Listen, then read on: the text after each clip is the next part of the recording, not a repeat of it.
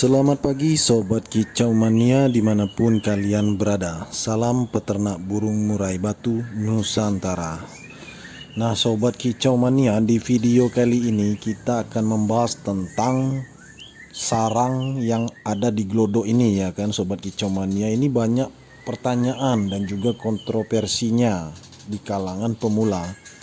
Nah banyak yang menanyakan apakah sarang yang ada di Glodo ini ketika selesai kita panen, masa panen ini harus diganti dengan cepat atau dibiarkan saja atau dibersihkan saja, atau kalau masih bagus ya dibiarkan saja. Seperti itu pertanyaannya. Nah banyak teman-teman kita mengartikannya kalau sesudah panen dia menganggap ini sudah tidak layak lagi, padahal sarangnya ini masih bagus dan bisa digunakan. Kebanyakan mereka mengganti dengan yang baru dan ini suatu pemborosan. Nah Sobat Kicau Mania, untuk menjawab tuntas permasalahan itu mari simak video ini, tonton sampai habis. Oke Sobat Kicau Mania, langsung saja kita akan bahas ya. Ini kalau di kita, di peternakan kita ini tidak ada yang namanya ini pemborosan, apalagi masalah daun cemara dan sarang di Glodo ini. Dan kita ini banyak memakai sarang ini, memang kita dapatkan dengan mudah. Tetapi kalau Sobat Kicau Mania memperhatikan, itu kalau sarangnya masih bagus ya untuk apa kita buang, kita ganti. Nah apalagi sistem ternak kita ini sistem ternak lolo indu, artinya sarang ini diacak-acak nanti seperti di tayangan video ini. Ini anakannya aja kita belum panen karena kita memang niatnya lolo indu sampai mereka usia 30 hari, 32 hari, 35 hari, 38 hari, 42 hari, sampai 45 hari. Dan sampai adiknya menetas lagi di Glodo ini. Ini bila adiknya sudah ada di Glodo ini ya menetas lagi, ini sarangnya aja masih sarang yang lama. Nah kadang-kadang kita bisa mengganti sarang ini kalau saya pribadi di 3 kali panen atau 2 kali panen minimal ya. Dan pernah kita sampai 4 kali panen itu sarangnya belum diganti. Kakaknya sudah jadi trotolan, adiknya sudah menetas lagi ya kan. Kita perhatikan sarangnya masih bagus, ya enggak kita ganti. Besoknya begitu lagi, mereka sudah tumbuh menjadi trotolan, nah adiknya menetas lagi. Udah berapa kali periode itu kan, kalau setiap bulannya seperti itu. Nah itu bisa sampai 4 kali tergantung sarangnya masih bagus atau enggak. Maka dari itu pemilihan daun cemara ini kita memilih daun cemaranya yang teksturnya itu agak sedikit keras, jangan sedikit lembut atau bentuknya lapuk ya. Itu akan menimbulkan seperti debu ya, debu dan kotoran seperti ini karena dia lapuk. Nah untuk pemilihan daun cemara ini diusahakan warnanya agak kecoklatan dan posisinya itu keras, jangan sampai lembut atau lapuk. Nah kalau posisinya keras, daun cemara ini akan awet, bisa sampai 4 kali panen Sobat Kicau Mania. Itu yang kita alami. Nah Sobat Kicau Mania, banyak kaum pemula ini khususnya teman-teman kita ini mengartikannya beda ya, beda persepsi. Itu boleh saja, itu pandangan mereka. Banyak mengartikannya apabila kita tidak menggantinya, nanti ini akan menimbulkan kutu ya kan. Kutu itu sangat berbahaya, kemudian sangat mengganggu atau mengganggu pernapasan, dan itu sebenarnya benar Sobat Kicau Mania. Dan kembali lagi pada glodoknya ini bersih atau tidak. Nah di sini kita bukan berarti tidak kita ganti, tidak kita bersihkan. Kalau masih bagus, intinya ya kita tetap pakai. Kita lanjut saja sampai adiknya menetas lagi di Glodo ini, ya kan?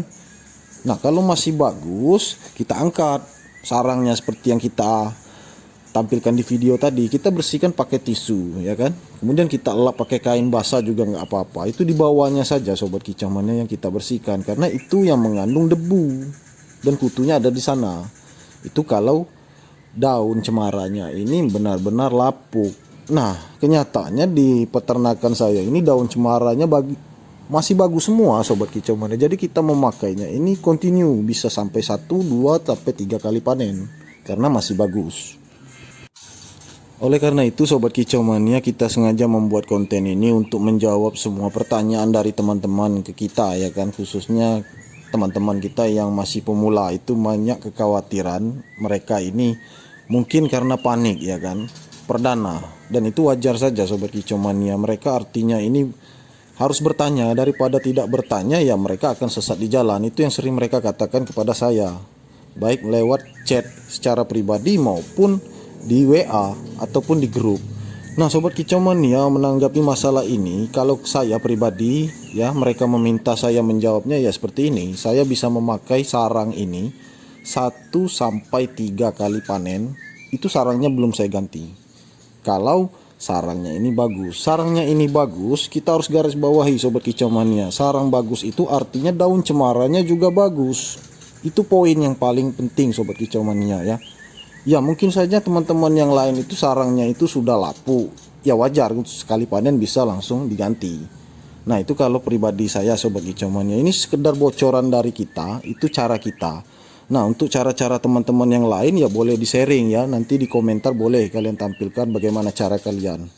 Tentu saja cara kita ini tidak sama. Nah kemudian sobat kicau mania, ini berhubung usia anakan murai batu ini menginjak usia 9 hari masuk 10 hari ya. Besok usianya 11 hari dan 12 hari kemungkinan akan turun dari glodo. Nah ketika turun dari glodo, saya menyiapkan daun cemara yang baru. Saya acak-acak pakai tangan ya, saya taburkan lagi di pasir.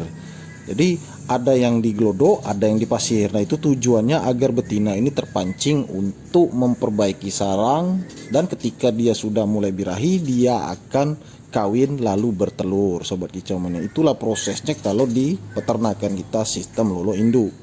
Nah sobat kicau mania mungkin masih bingung sistem lolo induk ini. Kalian bisa lihat di konten-konten saya yang sebelumnya saya tampilkan di sana ya.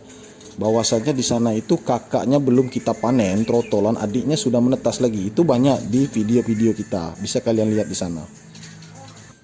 Nah sobat kicau mania, saran dari saya ya secara pribadi, kalau kalian itu memakai sistemnya lolo tangan ya tidak mesti sarangnya itu langsung kalian ganti ya. Sedangkan saya ini lolo induk belum tentu saya langsung ganti. Seperti itu jawabannya sobat kicau mania. Dan itu kembali lagi kepada kita yang mengamati. Kalau glodok kita itu isinya sarangnya sudah lapuk semua ya kita ganti.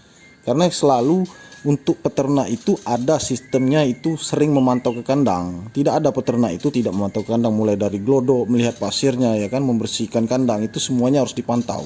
Trotolan ya maupun anakan murai batu yang turun dari glodok itu semuanya dipantau, termasuk isi glodok. Apakah sudah rapi ya kan? Apakah indukan betinanya sudah siap lagi untuk nyusun sarang dan bertelur, itu semuanya harus diperhatikan. Itulah tujuan kita menangkar. Kita selalu mengamati keadaan di kandang kita sendiri sobat kicau mania. Nah sobat kicau mania, ini tampilan glodok yang lama ya. Saya sudah mempraktekannya, menguji cobakannya. Ini glodok batok kelapa, dan ini kenyataannya tidak cocok untuk saya pakai sebagai sistem lolo induk. Karena kenapa sobat kicau mania? Usianya belum 11 hari atau 12 hari. Ini justru anakan murai batu ini kan dia sudah bisa maju dan mundur, sudah ada pergerakan. Artinya mereka kalau ruang udara sempit mereka akan loncat, dan ini berakibat fatal. Maka dari itu saya nyatakan glodok ini tidak cocok. Oke sobat kicau mania, itu saja video kita kali ini. Semoga bermanfaat untuk kalian semua. Jangan lupa di like, subscribe, dan share sebanyak mungkin. Terima kasih. Salam kicau mania.